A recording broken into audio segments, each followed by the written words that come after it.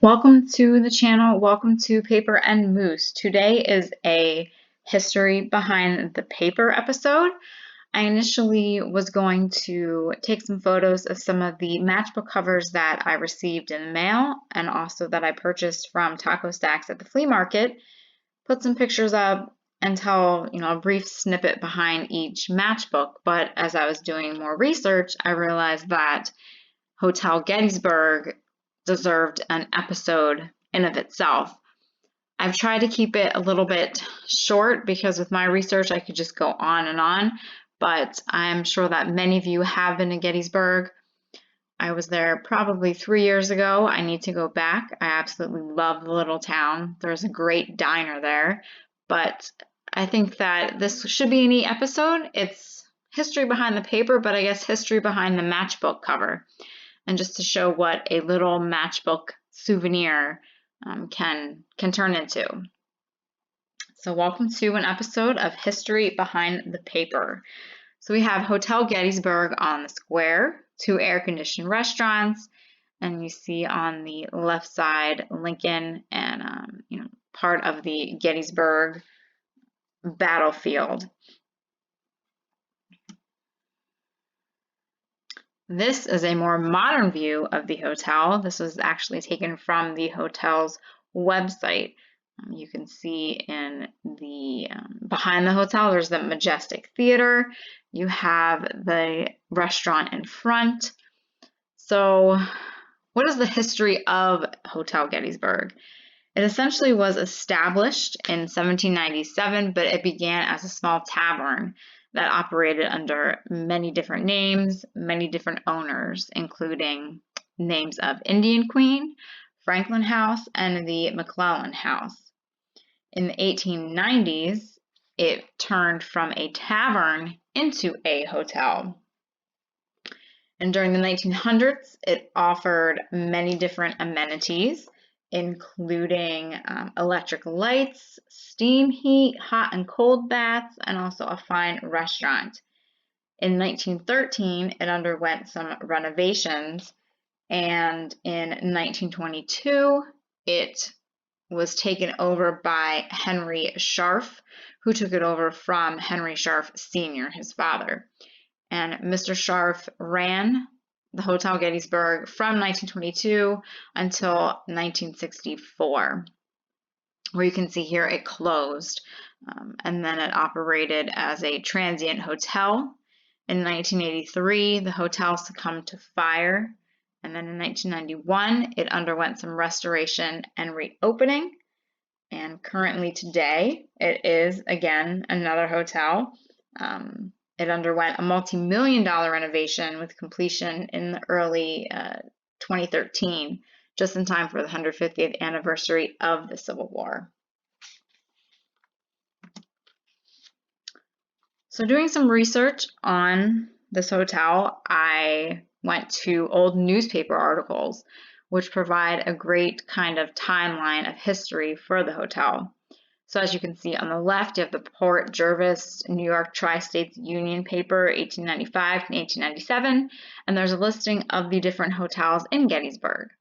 So the fourth one listed is Hotel Gettysburg, central location, modern throughout, large airy rooms, baths, electric light and bells, cuisine, reliable guides connected with hotel, and livery attached, reasonable rates.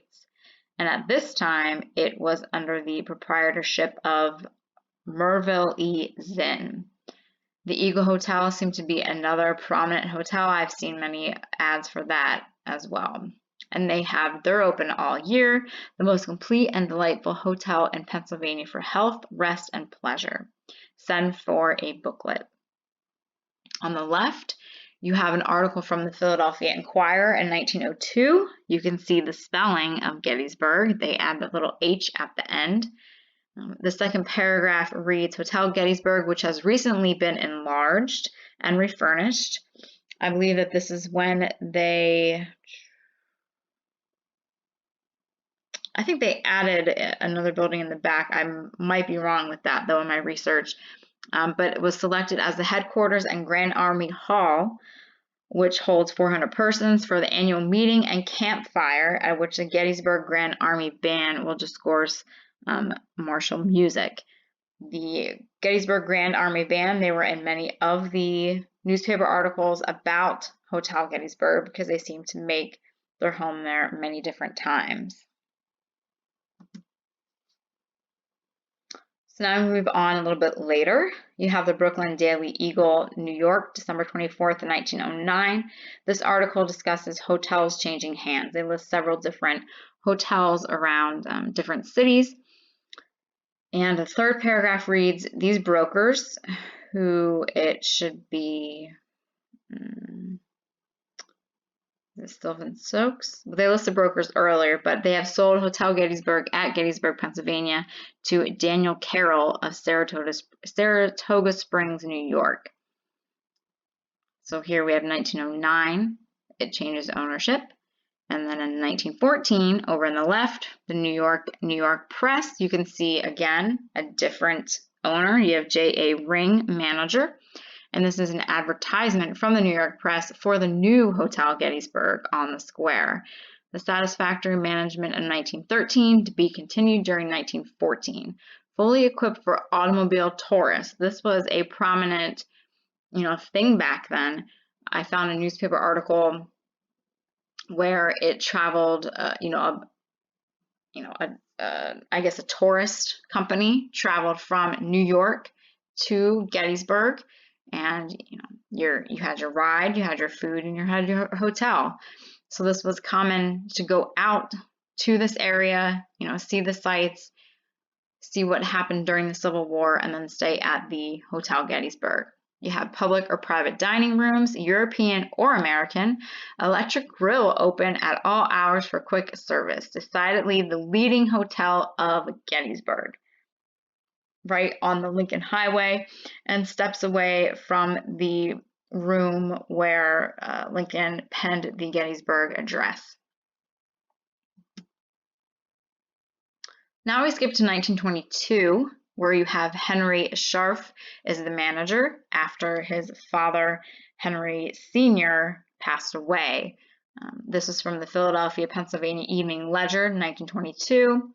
It's open all year, fireproof, modern in every respect, all rooms with running water, rooms with private bath, cuisine unsurpassed, dairy and garden supplies directly from the farm, catering especially to automobile trade. So again, this plays a very important role in the the popularity of the Hotel Gettysburg, but also sadly the demise of the hotel with the automobile trade and automobile tourists.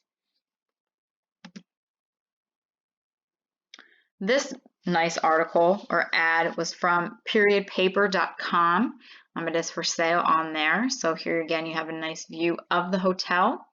A modern hotel fitting for America's greatest historic shrine. Excellent cuisine, a fine home-like atmosphere, and courteous service.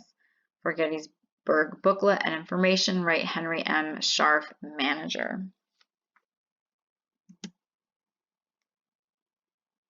And this is Mr. Scharf. This was taken from actually a listing on eBay. That's why you have the writing on the back. I made sure to show what seller it was, Coots Imagery Deluxe. So if you're interested in purchasing this photograph, simply plug in their eBay seller name and you can buy it. And this is a photograph of Mr. Scharf in front of the Hotel Gettysburg, and the woman in the carriage is actually his wife.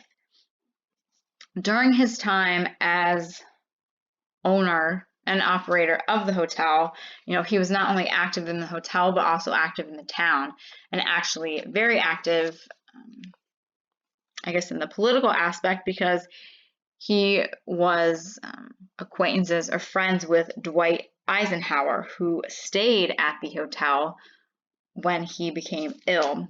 Dwight Eisenhower, if any of you have ever been out to Gettysburg, he had a farm out there adjacent to the Gettysburg battlefield, which served as his weekend retreat and a meeting place for world leaders.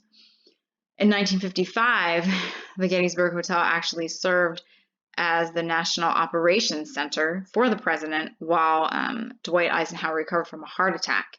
So, this was a bouncing place. You have presidential people staying here and actually calling this hotel home. Let me see.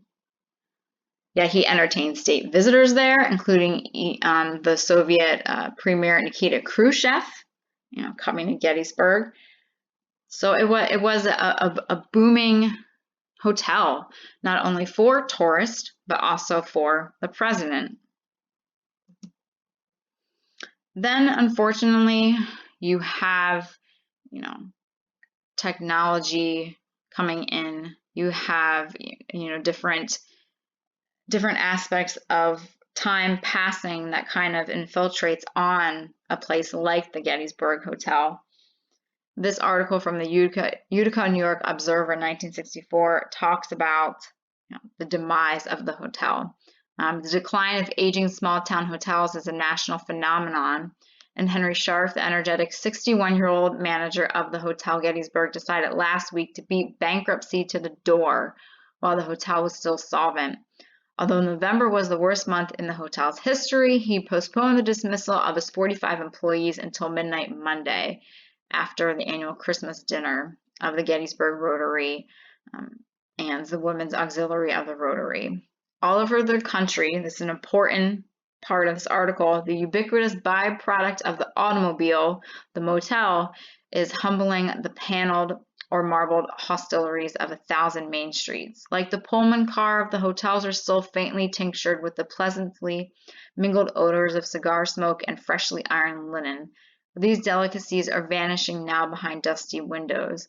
Many of the closed hotels are in straits too marginal even to warrant the cost of wrecking, stranded in decaying towns by distant toll roads and highways bypasses that encourage few overnight patrons to follow routes marked business district. Another newspaper during this same time, December of 1964, calls the Gettysburg Hotel Gettysburg as a victim of progress. At a time when more visitors than ever come to Gettysburg, Hotel Gettysburg has closed for lack of customers. Its choice location killed it. We're just the victims of progress, if it is progress, says Henry Scharf. There are 1,200 situations like this throughout the country. The trend isn't going to change. Contributing to the loss of customers on the square were the bypassing of the north-south highway to the east of the town, construction of big plush motels on the outskirts, and lack of in-town parking. On Route 15, once the best way to the south, Hotel Gettysburg was known to hundreds of tourists from the Rome area. During the Eisenhower administration, Hotel Gettysburg was an informal west wing of the White House. It was a grand hotel in the manner of years gone by, one where gentleman Henry Scharf and his assistant, Earl Ross, greeted patrons with a smile. It was all a good hotel should be, but with superhighways skirting around communities and slick motels on the perimeters, it wasn't enough. So Hotel Gettysburg closed as a hotel and then became a type of transient hotel. But then 1983, as you can see here, there was a big fire and it basically, destroyed what remained of the hotel.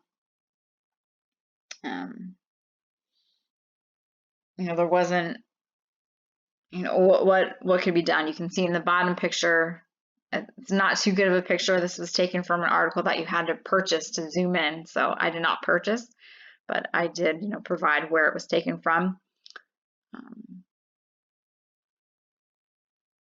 It took $6 million to renovate the hotel after the fire, and the renovations did not begin until 1989. As it sat there, it was a site of controversy. It was an eyesore. What are we going to do with it? So actually, Gettysburg College purchased the hotel and started the transformation of it. Renovations, they say it didn't run smoothly. Construction crews ran into a number of setbacks, including a foundation that needed complete underpinning and a water leak that flooded their work efforts on the foundation. There were other issues. Let me go to the next page and see what they say.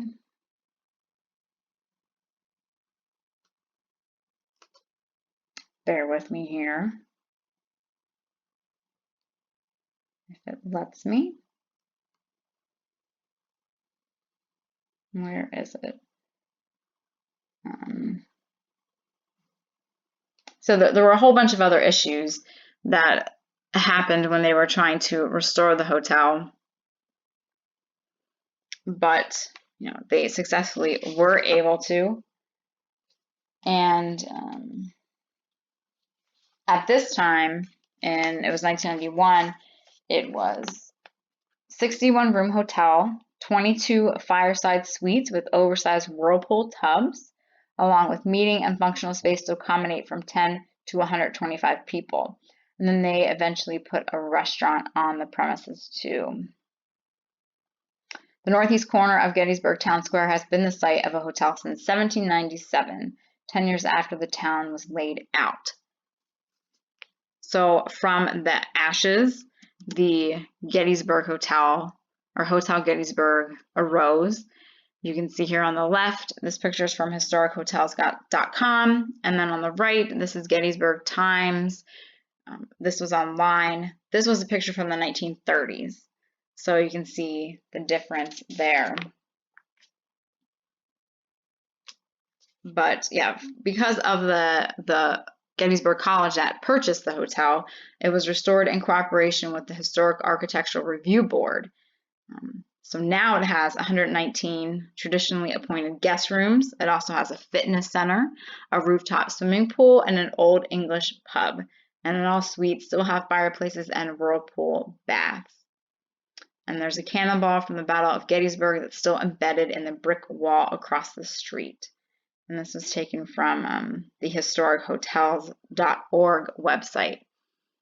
So, the history of this hotel is amazing. The Gettysburg even they have kept all of Henry Scharf's notebooks, ledgers, and all his items from the hotel from when he started in 1922 to when he retired in 1964. So that, I'm sure, is interesting enough to read, not only with what was going on in the hotel, but with the involvement of Dwight Eisenhower and his staying at Hotel Gettysburg. So all this from a little matchbook. See, this is how I get into my rabbit holes. I'm looking at these newspaper articles, seeing all these neat ads, and there's so much more that I want to research. But I thought that I would just put this little snippet history of Hotel Gettysburg together for you. But fortunately, this hotel is thriving. It's great walking distance, so many different sites in Gettysburg. And I'm sure that it is so beautiful to stay, in this historic setting at this historic hotel and learn more about the history of it while you are staying there. So I hope you all enjoyed this little history behind the paper, or in this case, history behind the matchbook cover. And maybe there'll be more of these to come. You never know what you can find when you start researching. So I hope that you all enjoyed this. Stay tuned for the next episode, what it will be, maybe another mail video, hopefully a flea market video this weekend sometime. We shall see. So thank you all for watching, and I hope that you have a great day.